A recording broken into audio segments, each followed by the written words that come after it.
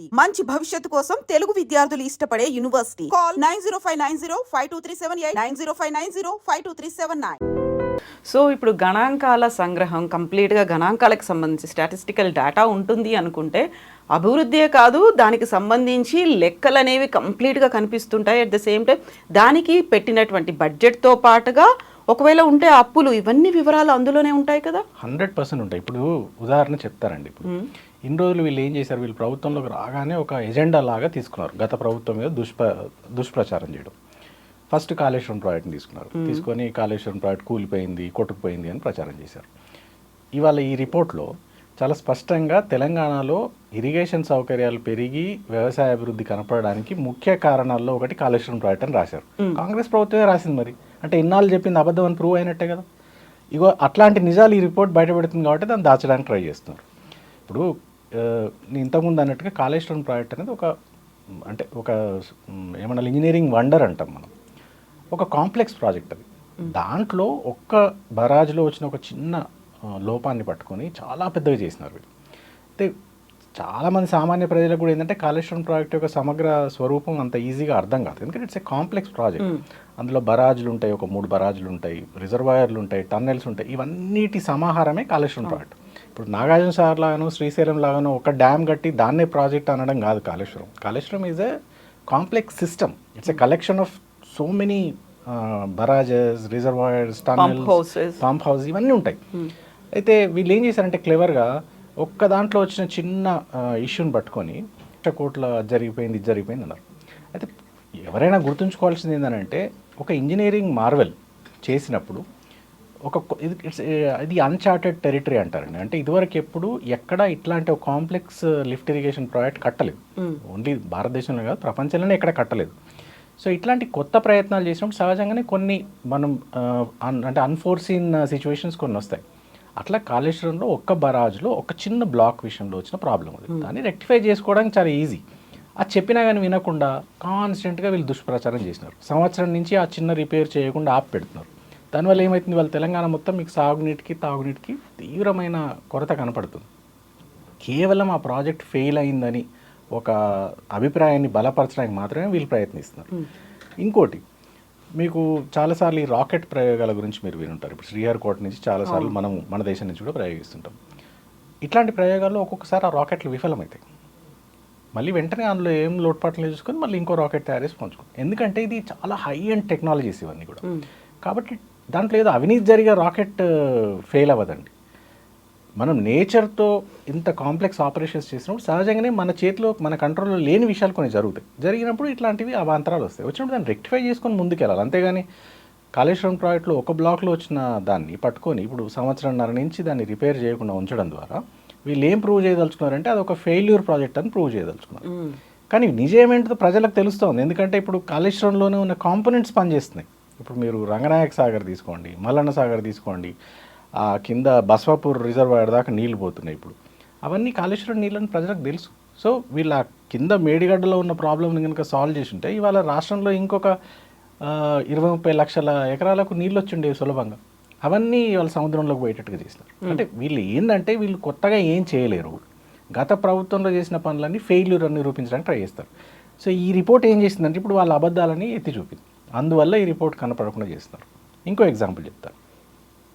వీళ్ళు చాలా కాలంగా ఇంకొక బాగా బ్యాడ్ మౌత్ చేసిన స్కీమ్ ఏంటంటే షీప్ డిస్ట్రిబ్యూషన్ అండి, గొర్రెల పంపిణీ. అంటే కేసీఆర్ గారిది ఎలా ఉంటుందంటే ఆయన అంటే ఏ సమస్యను కూడా సూపర్ఫిషియల్గా ఆలోచించారండి. ఆయన లోతుగా సమస్య యొక్క లోతుల్లోకి వెళ్ళి దాని పరిష్కార మార్గాలు కనుక్కుంటారు. సో తెలంగాణలో రూరల్ డిస్ట్రెస్ ఎప్పుడైతే తెలంగాణ స్టేట్ ఫామ్గా కాకముందుకు ఏదైతే రూరల్ ఏరియాస్లో ఒక డిస్ట్రెస్ వాతావరణం ఉండిందో దాన్ని ఎలా సాల్వ్ చేయాలి అని అన్నప్పుడు ఆయన ఫస్ట్ ఇరిగేషన్ అండ్ పవర్ మీద కాన్సన్ట్రేట్ చేశారు. అవి 2 సమస్యలు పరిష్కరించారు. సో ఇరిగేషన్ అయిపోయింది, పవర్ మంచిగా వస్తుంది. ఆయన ఏం చేశారు, గ్రామీణ ఆర్థిక వ్యవస్థ పరిపుష్టం కావాలంటే ఏం చేయాలని ఆలోచించారు. అందులో వ్యవసాయాన్ని సరిదిద్దడంతో పాటుగా వ్యవసాయ అనుబంధంగా ఇంకొన్ని ఉంటాయి. ఇప్పుడు మనకు హార్టికల్చర్ అనొచ్చు, లేదా యానిమల్ హస్బెండరీ అనొచ్చు, పశుపోషణ ఉంది.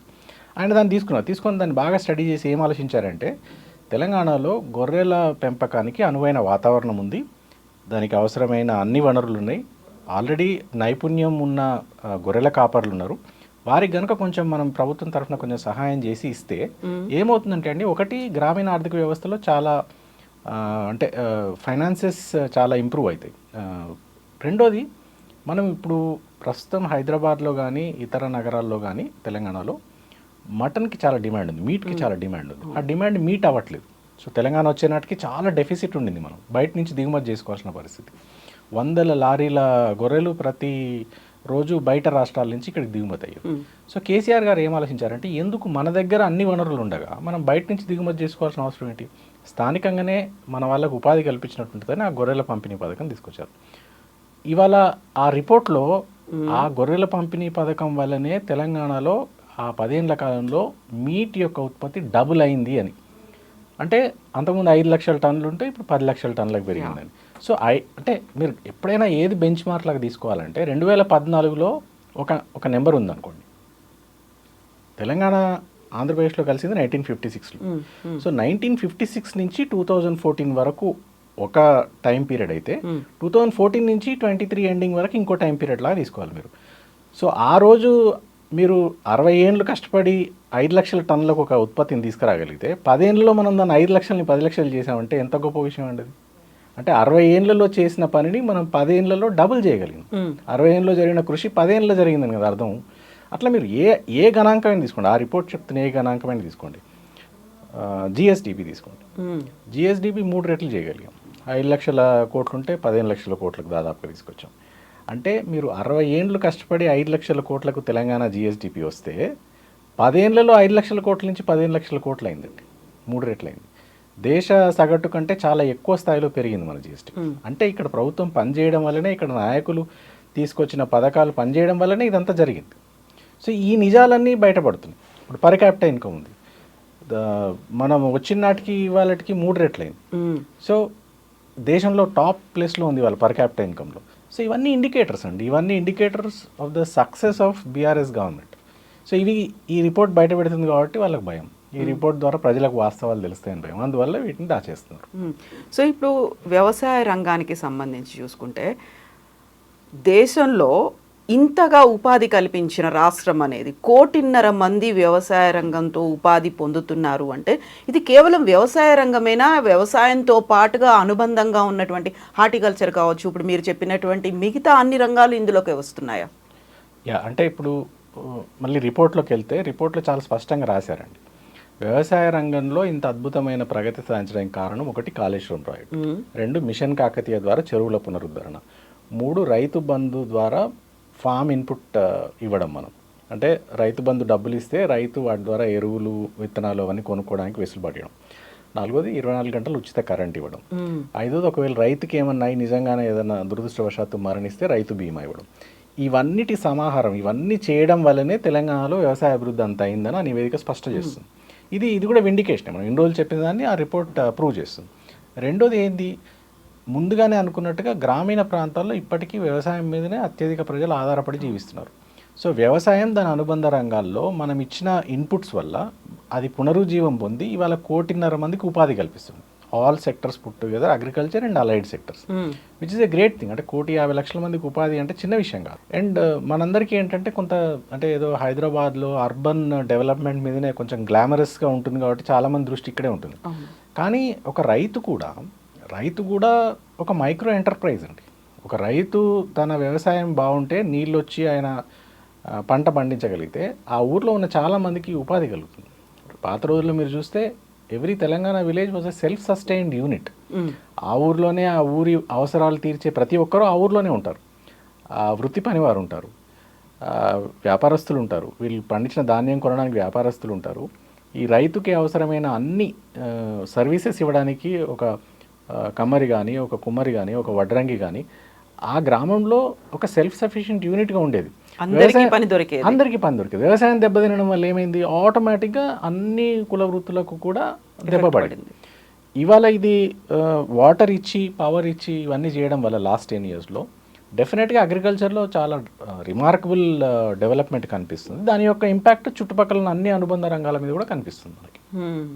సో ఇన్ని రకాల లెక్కలు ఉన్నప్పుడు ప్రతిసారి పదే పదే ఒకే మాట చెప్తుంది, 10 ఏళ్ల కాలంలో అప్పుల పాలైంది, ఇన్ని లక్షల కోట్ల అప్పులు చేశారు, మాకు లంకె బిందెల కాలు ఖాళీ ఖజానా మాత్రమే దొరికింది అనుకున్నప్పుడు అభివృద్ధి గురించి ఎందుకని ఆలోచించలేకపోయారనుకుంటున్నారు మీరు? ఆ రిపోర్ట్ చాలా క్లియర్గా మెన్షన్ చేసిన తర్వాత దాని మీద కూడా ఫోకస్ పెట్టాలి, లేకుంటే ఆ అప్పులు తీసుకొచ్చింది ఎందుకోసం, అది రిఫ్లెక్ట్ అయిందా లేదా, ఇవన్నీ కూడా సామాన్య ప్రజలకైతే ఒక డౌట్ వస్తుంది కదా, క్లారిటీ చేయాల్సింది ఎవరు?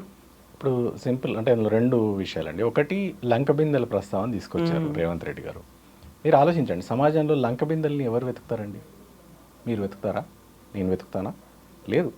మనందరం ఏదో ఉద్యోగమో వ్యాపారమో చేసుకొని బతకాలని అనుకుంటాం. కానీ సమాజంలో కొంతమంది వ్యక్తులు ఎప్పుడు లంక బిందెల వెతుకులాటలో ఉంటారు. వాళ్ళు ఎవరో మీకు తెలుసు. వాళ్ళు దేవాలయాల కింద లంక బిందెలు దొరుకుతాయని దేవాలయాలను కూడా ధ్వంసం చేసే వాళ్ళు ఉంటారు. ఎక్కడో మారుమూల ప్రాంతాల్లో దొరుకుతాయని చెప్పి అడవుల్లో అక్కడెక్కడ అన్వేషించి తవ్వుతూ ఉంటారు. అంటే వాళ్ళ గుణం మంచిది కాదండి. వాళ్ళు కష్టపడి పనిచేసే గుణం ఉన్న వాళ్ళు కాదు. వాళ్ళు ఎప్పుడూ ఏదో అదృష్టం కలిసి వచ్చి అక్కడ లంక బిందెలు దొరుకుతాయని వెతుకుతూ ఉంటారు. అట్లా చాలా సమయాన్ని వృధా చేస్తుంటారు. బహుశా రేవంత్ రెడ్డి గారు కూడా అట్లాంటి ఒక వర్గానికి చెందిన మనిషి అయి ఉంటారు. లేకపోతే ఆయన ఒక ఎలక్షన్లో గెలిచి ముఖ్యమంత్రి అయినారు. లైఫ్లో ఎప్పుడు దొరకనో గొప్ప అవకాశం దొరికింది, ప్రజలకు సేవ చేసే అవకాశం దొరికింది. దాన్ని చేయకుండా నాకు లంక బిందెలు దొరుకుతాయేమని వచ్చినా అని అనడం ఏంటి? అంటే ఆయన పదవిని ఆయనే అవమానించుకుంటున్నాడు. అంటే చాలా నాయకులు ఎవరు లంక బిందెల వేటలో ఉండరండి. ఒకవేళ లంక బిందెల వేటలో ఉన్నారు అని అంటే వాళ్ళు, ఇంక నేను ఆ మాట వాడదలుచుకోలేదు, బట్ వాళ్ళు ఎవరో మీకు తెలుసు. సంక్షేమంలో ఉంది, 10 ఏళ్ల పాటు రాష్ట్రం సంక్షేమంలో ఉంది అనుకున్నప్పుడు, అగ్రపదాన నిలిచింది అనుకున్నప్పుడు నిజంగానే దాని ఫలాలు అనేవి ప్రతి చోట కనిపిస్తాయి కదా అనే ఒక భావన అనుకోవచ్చు కదా. కనిపిస్తాయి, అదే చెప్తున్నాను. ఫలాలు ప్రతి చోట కనపడుతున్నాయి. ఇవాళ ఆయన చాలాసార్లు చాలా రెక్లెస్గా కేసీఆర్ ఆనవాళ్ళు చెరిపేస్తానంట. ఆయన కూర్చునే సెక్రటేరియట్స్ కేసీఆర్ ఆనవాళ్ళండి. ఆయన ప్రతిరోజు ఏ రోడ్ల మీద అయితే నడుచుకుంటూ పోతున్నారో ఆ రోడ్లన్నీ కేసీఆర్ ఆనవాళ్ళు. ఆయన వాడే విద్యుత్ కేసీఆర్ ఆనవాళ్ళు. ఆయన ఏ గ్రామానికి పోయినా కనపడే నీళ్లు కేసీఆర్ ఆనవాళ్ళు. సో వందలు చెప్పొచ్చు కేసీఆర్ ఆనవాళ్ళు ఏంటిది. అవన్నీ కేసీఆర్ చేసిన అభివృద్ధి సంక్షేమ ఫలాలేనండి. అవి లంక బిందెల రూపంలో కనపడకపోవచ్చు, కానీ ప్రజలకు తెలుసు. ఇంకోటి మీరు అప్పుల గురించి అన్నారు, ఇది చాలాసార్లు క్లారిఫై చేస్తున్నాం. ఇలాంటి రిపోర్ట్లలో ప్రతి చోట స్పష్టంగా ఉందంటే Telangana debt to GSTP ratio అంటాం, అది కంట్రోల్లో ఉంది. అది దేశంలోని అన్ని రాష్ట్రాలతో పోలిస్తే చాలా అంటే చాలా తక్కువ స్థాయిలో ఉంది. ఇంకా అట్లా ఉన్న తర్వాత అప్పు అని గోలవెరడం తప్పు.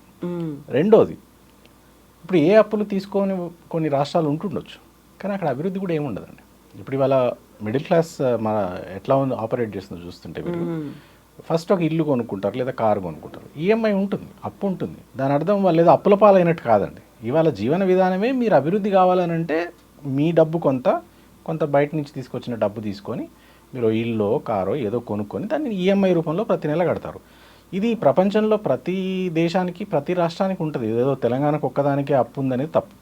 రెండోది, అప్పు చేయని వాళ్ళు చాలా గొప్ప అన్నట్టుగా మాట్లాడడం కూడా తప్పు. ఎందుకంటే మీరు అభివృద్ధి కావాలనంటే మీరు ఇప్పుడు ఉదాహరణకు ప్రైవేట్ కంపెనీస్ ఉంటాయి, చాలా పెద్ద పెద్ద ఇన్ఫ్రాస్ట్రక్చర్ ప్రాజెక్ట్స్ ఇవన్నీ చేస్తూ ఉండే కంపెనీలు, చాలా పెద్ద పెద్ద ఉత్పత్తులు తయారు చేసే కంపెనీలు, వాటన్నిటి కూడా అప్పు ఉంటుందండి.